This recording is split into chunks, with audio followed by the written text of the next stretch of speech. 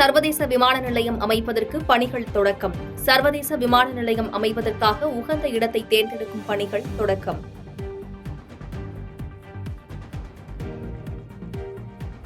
இறுதிக்கட்டத்தை எட்டிய பாம்பன் புதிய பாலத்தின் கட்டுமான பணிகள்.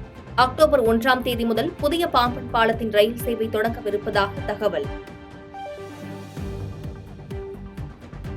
தமிழ்நாட்டில் கடந்த 3 ஆண்டுகளில் 10 லட்சம் கோடியை தாண்டி முதலீடுகள் வந்துள்ளதாக தொழில்துறை அமைச்சர் டிஆர்பி ராஜா பேச்சு.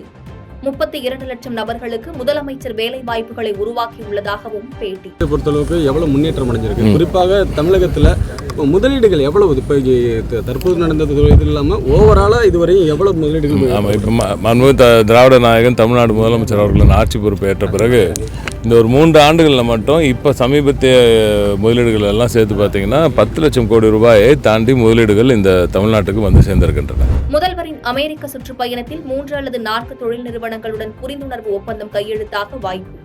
விவசாய நிலங்களுக்கும் விவசாயிகளுக்கும் எந்தவித பாதிப்பும் ஏற்படாத வகையில் தொழிற்பேட்டைகள் கொண்டுவரப்படும் எனவும் அமைச்சர் டிஆர்பி ராஜா உறுதி. இங்க 3-4 முக்கிய நிறுவனங்களோட புரிந்துணர்வு ஒப்பந்தங்கள் கையெழுத்துவதற்கான வாய்ப்புகள் மிக பிரகாசமாக. ஏற்கனவே பரந்தூர் விமான நிலையமா இருக்கட்டும் அல்லது அதுக்கப்புறம் வைக்கப்பட்ட தொழில் பூங்காக்கள், உணவு பூங்கா எது இருந்தாலும் சரி, விவசாய நிலங்களை எடுத்து எந்த பகுதியிலும் விவசாய நிலங்களை எடுத்து அதே மாதிரி குறிப்பாக அங்கே இருக்கும் விவசாயிகளுக்கு எந்த ஒரு பாதிப்புகளும் இல்லாமல் தான், அதே மாதிரி விவசாய பெருங்குடி மக்களோட ஒப்புதல் இருந்தால் மட்டும்தான் எந்த இடத்துலையுமே வளர்ச்சி வரும். சிஆர்பிஎஃப் வீரர்களின் அசைக்க முடியாத துணிவும் அர்ப்பணிப்பும் நம்மை ஊக்குவிக்கிறது.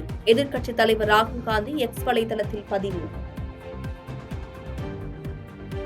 பிரதமர் மோடி தலைமையிலான நிதி ஆயோக் கூட்டத்தில் பீகார் முதலமைச்சர் நிதிஷ்குமார் பங்கேற்கவில்லை என தகவல். பீகார் மாநிலம் சார்பாக அம்மாநில துணை முதலமைச்சர் சாம்ராஜ் சௌத்ரி பங்கேற்றதாக தகவல். பிரதமர் மோடி ஆகஸ்ட் 23ஆம் தேதி உக்ரைன் செல்ல உள்ளதாக தகவல். உக்ரைன் அதிபர் ஜெலன்ஸ்கியின் அழைப்பு ஏற்று பிரதமர் மோடி செல்கிறார்.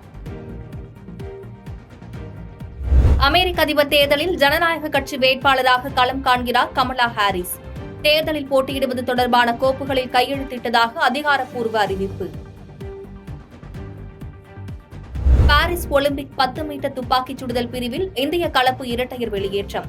தமிழ்நாட்டை சேர்ந்த இளவேனில் வாலறிவன், சந்தீப் சிங் ஜோடி தகுதி சுற்றிலேயே வெளியேற்றம். பாரிஸ் ஒலிம்பிக் பாய்மர படகு போட்டி ஆண்கள் ஒற்றையர் பிரிவில் 4வது இடம் பிடித்து காலிறுதிக்கு நேரடியாக தகுதி பெறும் வாய்ப்பை இழந்தார் இந்திய வீரர் பல்ராஜ் பன்வீர். நாளை நடைபெறும் சுற்றில் வெற்றி பெற்றால் காலிறுதிக்கு தகுதி பெறுவார். பாதகம் செய்பவரை கண்டால் நாம் பயங்கொள்ளலாகாது பாப்பா. மோதி மிதித்து விடு பாப்பா, அவர் முகத்தில் உமிழ்ந்து விடு பாப்பா. அண்மை செய்திகளை உடனுக்குடன் தெரிந்து கொள்ள இணைந்திருங்கள் இயம்நாடு தொலைக்காட்சியுடன்.